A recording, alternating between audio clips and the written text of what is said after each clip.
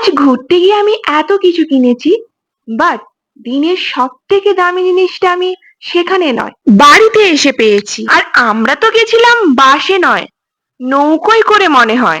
Hello friends, welcome back to my channel. তো আজকে ব্লগটা আমি শুরু করছি রাস্তা থেকে।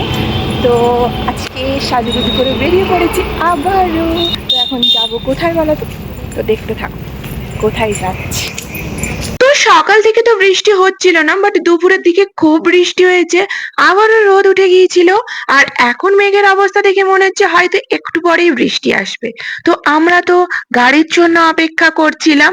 আর সকাল থেকে কোনো প্ল্যান ছিল না আজকে আমরা বেরোবো বলে, প্ল্যান ছিল সানডেতে বেরোবো। তো দেখো, খঞ্চি থেকে নন্দকুমার পর্যন্ত ফাঁকা বাসে এলেও নন্দকুমার থেকে এমন একটা বাসে উঠেছি যেটাতে ছিল প্রচন্ড ভিড়।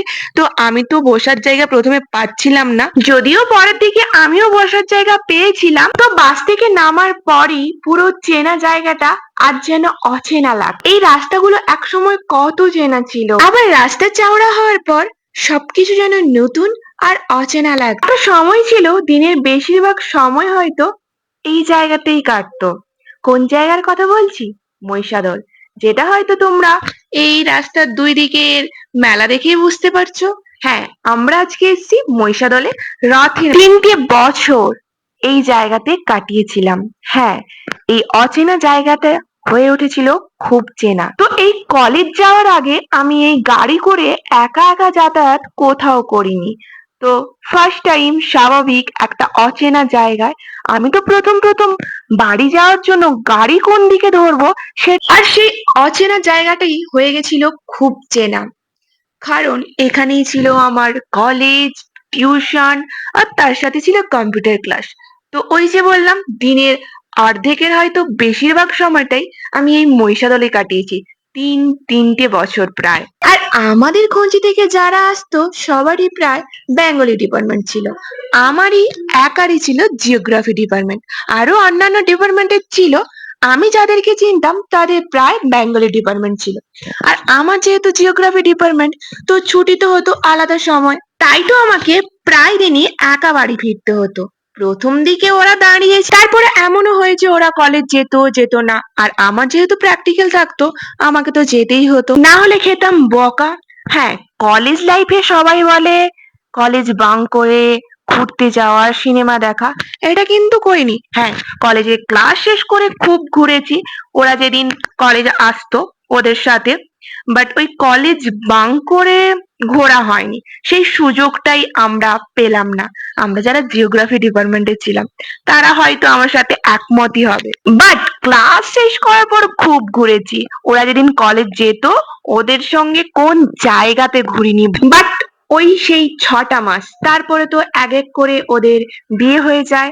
মানে আমার যারা চেনা পরিচিতি ছিল, তারপর আমিও একা হয়ে গেলাম। মানে যারা আমাদের এই খঞ্জি থেকে যেত তাদের। এইদিকে জাস্ট দেখো, বৃষ্টি হচ্ছে, ছাতা মাথায় দিয়ে ঘুরবে, তাও মেলাতে ঘোরা বন্ধ করবে না। আর মহিষাদলের মেলা মানে বৃষ্টি মাথায় নিয়ে ঘোরা। মহিষাদলের মেলা আর বৃষ্টি ছাড়া কি কখনো হয়? একটু বৃষ্টি, একটা দোকানে আশ্রয়, আবার বৃষ্টি থামতে মেলা ঘোরা। এইভাবে বৃষ্টিতে টিপ টিপ করে ভিজতে ভিজতেই মেলাটা ঘুরলাম। আর এইদিকে দেখো, আমার কেনা তো চলছেই চলছে। তো মহিষাদলের মেলা আসছি আমি কলেজে ওঠার আগে থেকে। একজন দিদির সাথে এসেছিলাম, দেন কলেজে ওঠার পরে, কলেজ ছুটির পরে বাড়ি যাওয়ার আগে একবার হলেও আসতাম। হ্যাঁ, সব দিন হয়তো নয়, বাট প্রায় দিন আসতাম। আর এখানে মেলা ঘুরতে ঘুরতে আমাদের পেয়ে গেছিল খিদে, তাই আমরা খেয়ে নিয়েছিলাম পাপড়ি চাট। বৃষ্টিতে ভিজে ভিজে ঘুরতে ঘুরতে খেয়েছিলাম পাপড়ি চাট। আর এই মেলাতে আসার আমার অন্যতম কারণ হচ্ছে কানের। দেখো, আমি খুব একটা হেভি মেকআপ করি তা কিন্তু নয়, আমি মেকআপ টুকিটাকি করি, এক্সেসরিজ খুব একটা পরি না। এক্সেসরিজের মধ্যে ওই গলার তো মাঝে মধ্যে পরি, বেশিরভাগ কানেরটাই আমি পরতে পছন্দ করি। আমার বাড়িতে এক্সেসরিজের মধ্যে কানের আমার প্রচুর আছে। তাও যদি আমি কোনো ড্রেস পরি তার সাথে যদি আমার ওই সব কানের মধ্যে ম্যাচ না হয়, মানে আমার মনের মতো না হয়, তখন কিন্তু আমি পরি না। আর এইদিকে আমায় দেখো, হাতে দুটো বড় বড় ব্যাগ নিয়ে আমি এখন আইসক্রিম খাবো। আমার এই কুলফি আইসক্রিম গুলো খেতে না খুব ভালো লাগে। আর মহিষাদল এলে এই আইসক্রিম খাবো না তা আবার হয়? তো মহিষাদলের মেলা মানে কাদা চটকে চটকে মেলা দেখা, রথের মেলা বলে কথা। আমার কেন জানি না অন্য সব আইসক্রিমের থেকে এই আইসক্রিমটা খেতে আমার বেশি ভালো লাগে। আচ্ছা, তোমাদের কাদের কাদের এই আইসক্রিমটা খেতে ভালো লাগে বলো তো? তো দেখো, আমরা তো এখন চলে এসেছি বাস স্ট্যান্ডে। তো আমরা কিন্তু অন্য বাস ধরে চলে যেতেই পারতাম বাড়ি, বাট আমরা একদম ডিরেক্ট বাসের জন্য অপেক্ষা করছিলাম।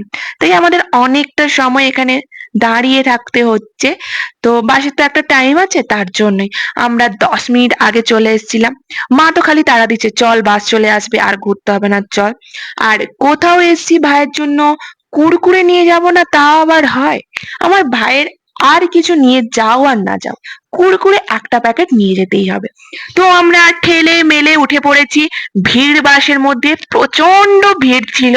এই বাসটাতেই আসার সময় এসেছিলাম নন্দকুমার থেকে। তো ওঠার পরেই যে আমরা সিট পেয়ে গেছি তা কিন্তু একদমই নয়, আমরা দাঁড়িয়েই ছিলাম। আর এই দেখো মনসা মন্দির, যেখানে আমার মা কয়েকদিন আগে এসেছিল পুজো দিতে। তোমাদের বলেছিলাম না, মহিষাদলের কাছে মনসা মন্দিরে গেছিল। তো আর এই হচ্ছে সেই বিখ্যাত রাস্তা, যেখান দিয়ে গেলে মনে হবে বাসে নয়, আমরা মনে হয় নৌকোয় করে যাচ্ছি। এই দিক খেলছে আর ওই দিক খেলছে। আমি তো দেখছি রাস্তাতে ব্লক বসানো আছে, বাট মনে হয় পুরো রাস্তাতে এখনো ব্লক বসানোর কাজ শেষ হয়নি। যেইখানটাতে ব্লক বসানো আছে সেই রাস্তাটা কিন্তু খুব ভালো হয়েছে, বাট যেইখানটাতে মনে হয় ব্লক বসানো নেই, আমার মনে হচ্ছে সেই রাস্তাতেই এরকম হেলছে।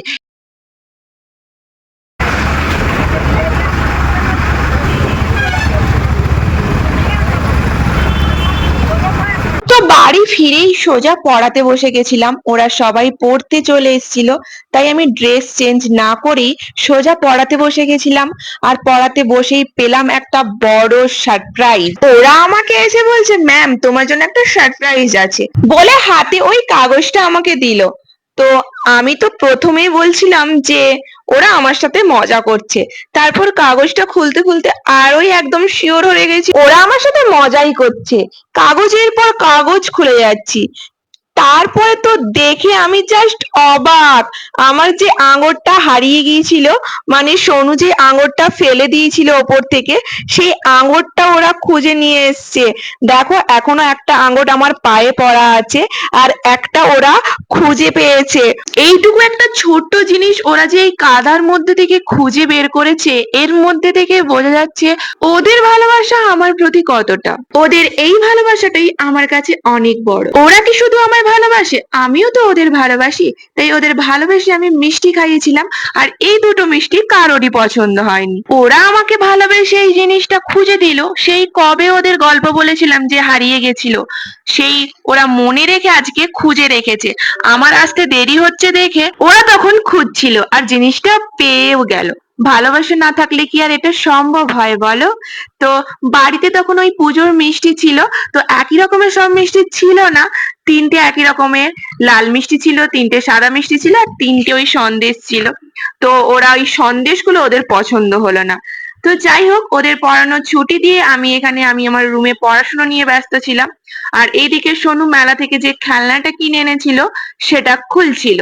তো ও তো আর একা একা পারবে না, তাই আমিও এখানে চলে এলাম খেলনাটা দেখতে যে কিরকম কি। তো এই খেলনাগুলো না মেলাতে অনেক ছিল, মানে প্রায় দোকানে এই খেলনাগুলো দেখলাম আমি। তো আমি সোনুর জন্য একটা নিয়ে এসেছি, আর একজন বার্থডে বয়ের জন্য নিয়ে এসেছি। সেটা আমি বলবো না কার জন্য নিয়ে এসেছি, সেটা তোমরা যখন বার্থডে বয়কে দেবো তখন জানতে পারবে। তো এখন থেকে বলবো না। আর আজকে রাতের ডিনারে তো ছিল অনেক কিছু, দেখতেই পাচ্ছ সব পার্সেল এসছে, কাকিমা পাঠিয়েছিল।